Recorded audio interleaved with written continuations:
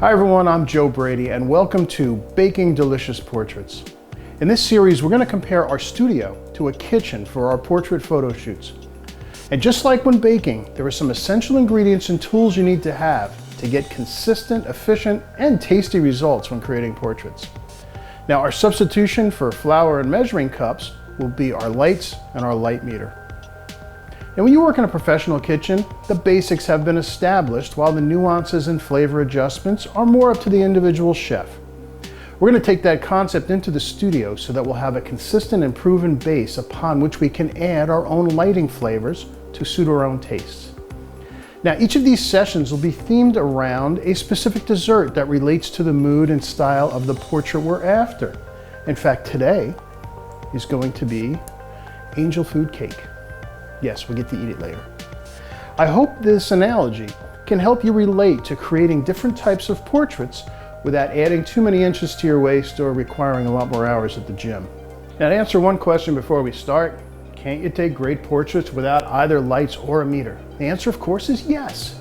Now, you may find some great available light, and with today's mirrorless cameras having full-time live view right through the viewfinder, you get to see your finished photo before you even snap the shutter. However, when crafting portraits, we can't rely on hoping we find great light. We need to craft it when and where we need it. So let's take a look at our main ingredients. Let's start with light. Understanding and shaping light is the key to all photography, and mastering light is a lifelong pursuit.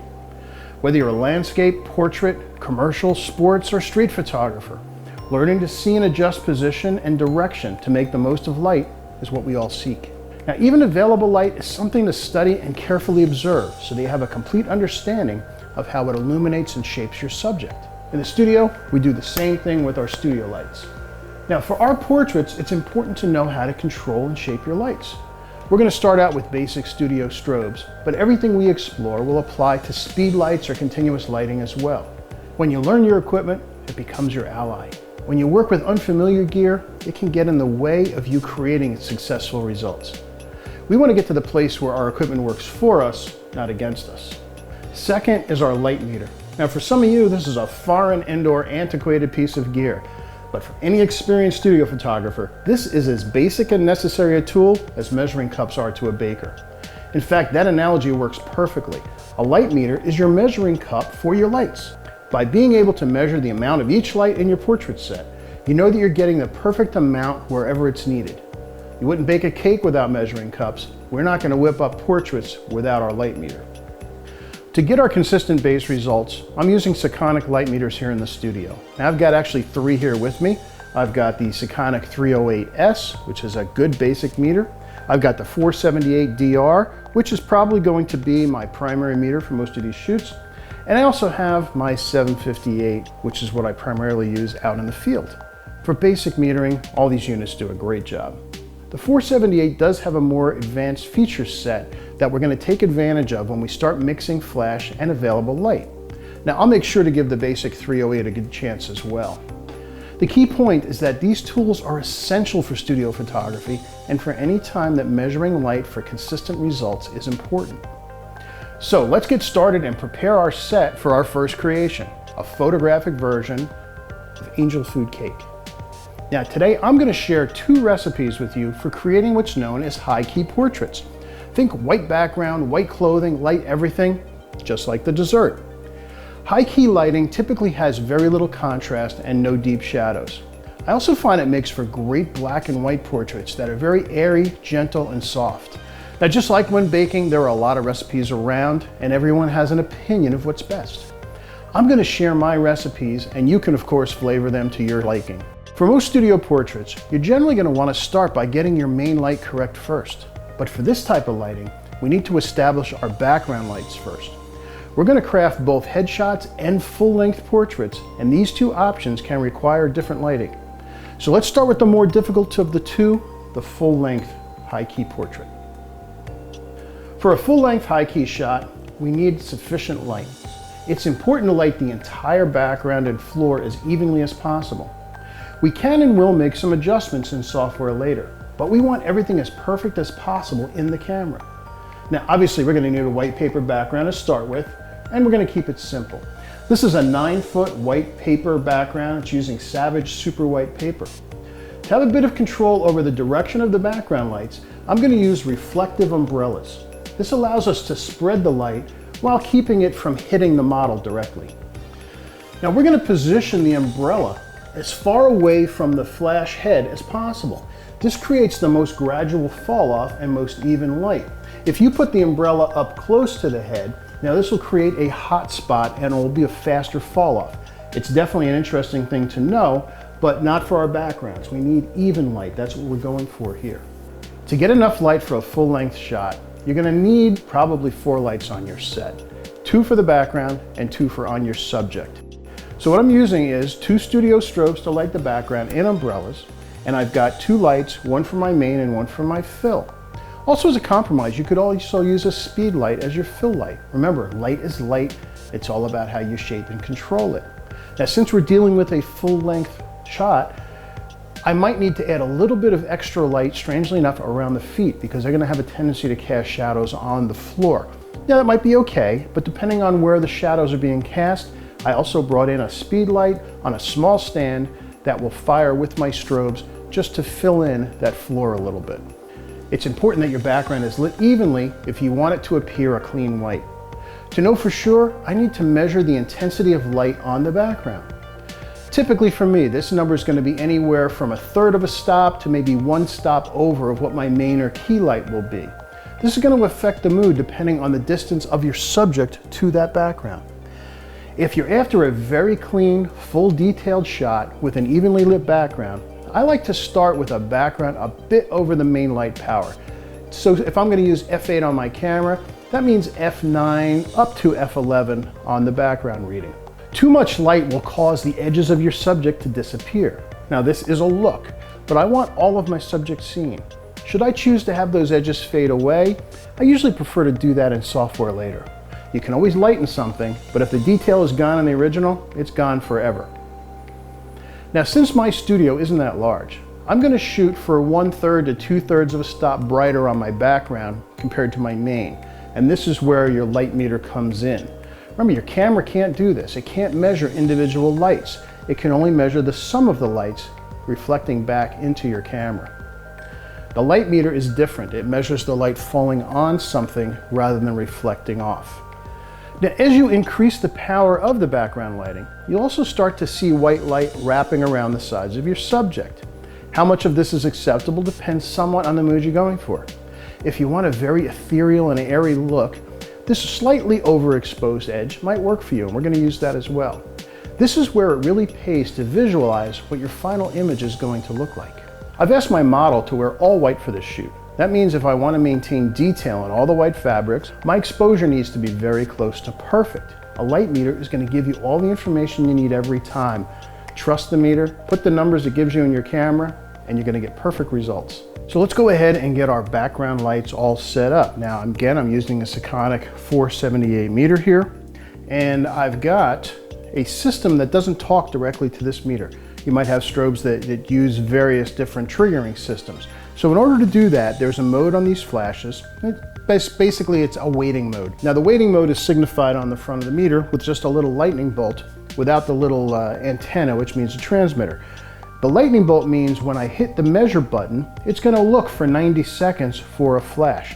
Now, I've got the wireless trigger for my light set here, so all I need to do is go into the back, hit the button to measure, and then when I've got it in position, just hit the test button on my trigger, like that, and it comes back and it gives me a reading. So let's go ahead and get the background lit and measured. All right, so again, the first thing I want to do is I want to measure my background. I do have my main and fill light on as well because they're going to be contributing. So even though they're further away, they might add a little bit of a contribution that I want to know about. So I've got the meter set for the waiting mode. I just hit the measure button and then I can position it where I want. And I want to measure this background top to bottom and even down near the floor. So I'll position it up here about head height, get my reading, and it's coming back with F14. I want to bring it a little bit lower than that, so I'm going to bring the power of this light down so I get about F11 or so. And I'm getting F11, that's good. Now that was up here, I also want to measure down low, so let's go ahead and get a measurement there. Now I've got F11 on top, F10 on the bottom. That's just a third of a stop difference. That's really going to be enough. That's not going to look any different because remember up front, I'm going to probably be shooting at around F8 on my main. So let's just check the other side, do the same thing. F11 there, good. Let's measure down here. And F10, so we've got exactly the same. We've got F11 a little over head height, F10 down around the knees. I wanted to get a measure in the middle as well, so I'm going to get myself out of the way, take a measurement right in the middle, and I'm getting F11, perfect. I also want to get a measurement down low. I want to see what's going on down around the feet. F11, perfect. So we're very even. F11 mostly, F10. So now we've got our background lights set. Now we can set up the lights for the subject. Again, as I mentioned, I'm going to use two lights, a main and a fill. Typically when you're producing a Heike portrait, your lighting ratio is going to be very flat. 1 to 1, 1 to 2. Now I'm going to use a main light almost directly overhead. That's going to create a very slight loop lighting pattern on my angel food cake's face. I'll use the second light to fill in shadows on the neck, under the chin, and on the body. Since this is going to be a full-length portrait, I'm going to use some long softboxes and an octa to create that look. Since my background light's measured at F11, I'm going to set my main and fill so that they measure F9-ish. I've got my octa up here, and I'll go ahead and take a measurement. This is going to be my main. So again, I've got it on weight mode, hit the button to take a measurement, and hit the test button, and I'm getting F10. Since parts of my background are F10 and parts are F11, I think I'm going to go for my main light going to F9. So I'm just going to bring down the power just a smidge. Okay, just 2 little clicks on the light. Let's go ahead and get that measurement again. Perfect, now I've got F9. By the way, when I'm measuring individual lights, I've got the little dome on the meter here. Dome out for most of my readings, but when I want to measure just one light, then I'll put the dome in, and what that does is it makes the meter measure directionally. Now I can also check my fill, which is off to my right. So let's go ahead and get a reading there. And I'm getting F9 there. Lovely, that's going to be a very flat light. It's really 1 to 1. Let's see what that looks like, and then we can adjust our contrast ratio by adjusting the power of the fill light, and we're going to leave the background alone because it is set. So now that all the lights are in place and measured, we can invite our angel food subject onto the set. I'm ready to go. I've got my metering, so let's get Brooke out on the set, and I'm going to meter the main light first, and we can start shooting. Brooke, come on out here. Okay, so we've got Brooke on the set. Hi, Brooke. Hi.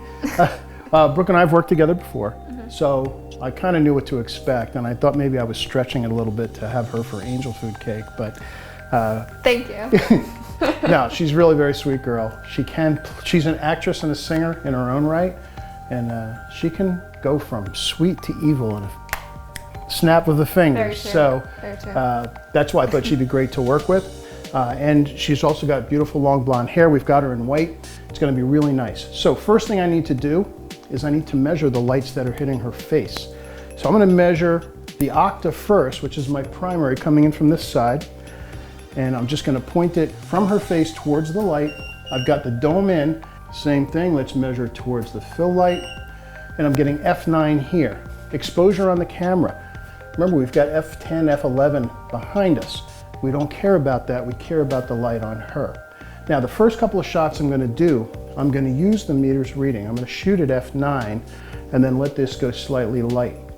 However, when you're doing this kind of light, airy look, I find it looks really nice to just overexpose maybe a third of a stop. So if the meter is giving me back F9, in fact, let's do one reading with the bulb out on the meter back towards the camera position.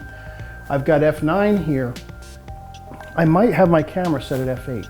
It's just going to open a third stop. It just adds a little bit more airiness to it, and it really creates a nice look. So you ready? Mm-hmm. Okay, so F9, let's do it. Oh yeah, look at that. Nice. Okay, now look here. Bring your hand down all the way. There we go, pretty. Chin up a little bit. Right, oh, beautiful, right there. It doesn't have to be a big smile, but it can be kind of like that. Yeah, you just, you know, Yeah. you're Strolling. relaxed. You're enjoying yourself. Okay. Okay? Yeah, that's good actually. Let's do it again. All right, so we got some beautiful full-length stuff. We had some fun with it. Had Brooke jumping around and all. Pretty much the entire background is pure white, and you're exposed perfectly. There's nothing blown out or anything. We can adjust from that if we want to make it a little more airy. However, what I'm going to do is I'm going to do a little bit more in camera. So I'm going to actually open up 1/3 to 2/3 of a stop from what my meter reading was. I've got Brooke, about 6 feet off the background. So because of that, I'm not getting any blowback around her. That is a look. I'm not really fond of it. When you have your subject too close to a lit background, that's the same light or maybe a stop above. What ends up happening is you'll start to see sides of the skin, sides of the hair start to disappear. I don't want to do that. It is a look, as I mentioned, but I want to have perfectly clean. I want to see everything in the image. That said, by opening up 1/3 to 2/3 of the stop, it will add a little bit more softness to the image in camera. One last thing, you might have noticed when we're doing the full length, because of the way the lights are set up, there was a slight bit of shadow under her feet. Not really an issue, but I'm going to get rid of it. To do that, I've got a simple speed light with a little diffuser on it sitting on a low stand. And to make it sync with the rest of my studio lights, I just have a simple white light trigger that will fire this light whenever it sees the studio lights fire. So I'll turn that on. I've got this on manual and 16th power because it's going to be fairly close. I know the shadow was caused by probably from this umbrella over here. So this is going to counteract that. Okay, so now where she's positioned right now, I'm getting F10. I'm going to open up 2/3 of a stop. I want to just air it up a little bit more, so I'm going to shoot the camera at F8. We've added a flash onto the floor to further diminish those shadows. There might be a hint of them because I don't want to blow out her feet and have her feet become the subject. I want her face to be the subject. So F8, flash on the floor to lighten those shadows, and should be good. Let's try it. There we go.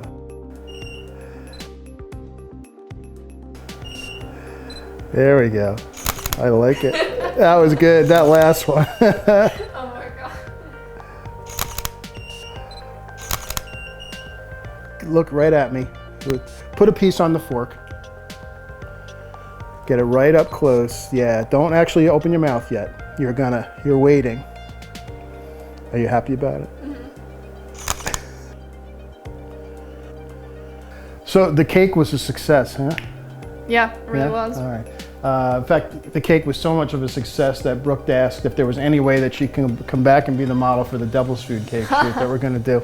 What we did on that one, again, we opened up 2/3 of the stop. Our reading on her face out here was F10.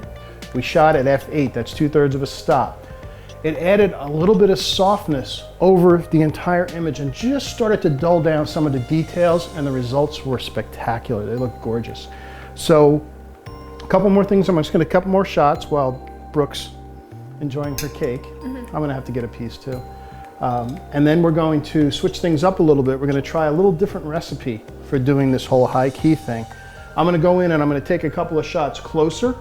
We're really going to be more this area.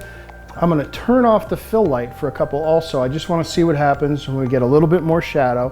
Don't know if I'm going to like it, but let's see what happens. And then we're going to switch things up to a new recipe. So let's give it a shot.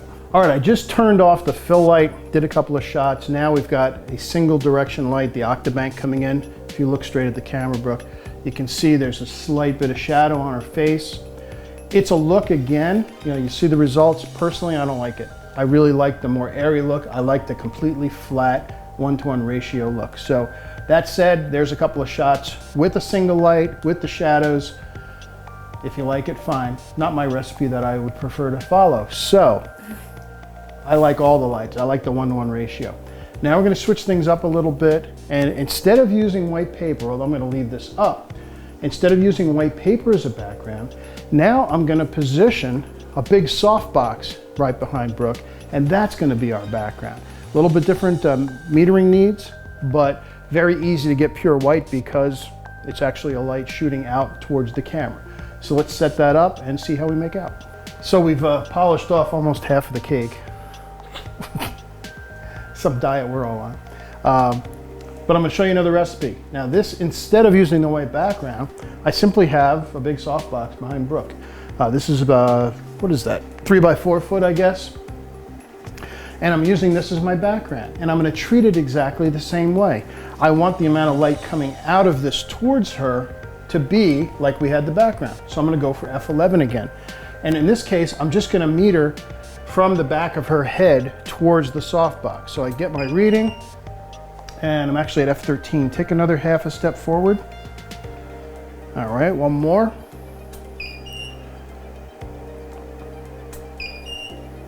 And still getting f13. Let me turn it down a little bit. There we go. I've got f11 now on here, and I want to measure the lights that are coming to her face. And again, we're at f11. We want to be around 9. f9, perfect. So we got f9 here, f11 here, 2/3 of a stop difference, great. So let me just do a couple of test shots, and then we'll see how this new recipe works with the light box as our white background. Okay, lips together.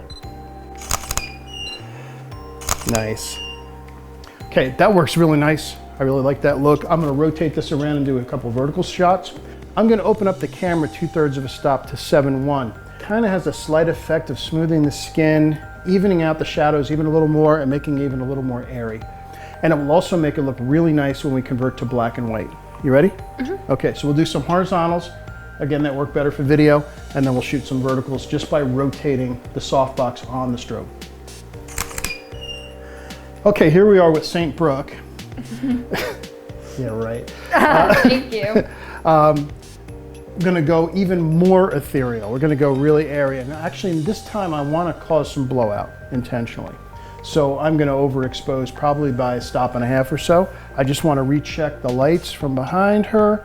I've got f13, that's fine. From up front, we've got f10, 2/3 of a stop, that's good. I want details to start to disappear, and what's gonna end up happening is her hair's gonna get very light, her skin's gonna get very light, but because she's got dark makeup around her eyes and her eyelashes, they're gonna stay. And it's gonna be kind of a cool effect. So let's try that. Let's try a couple at around 5.6 to 6.3 with this ratio we've got going now.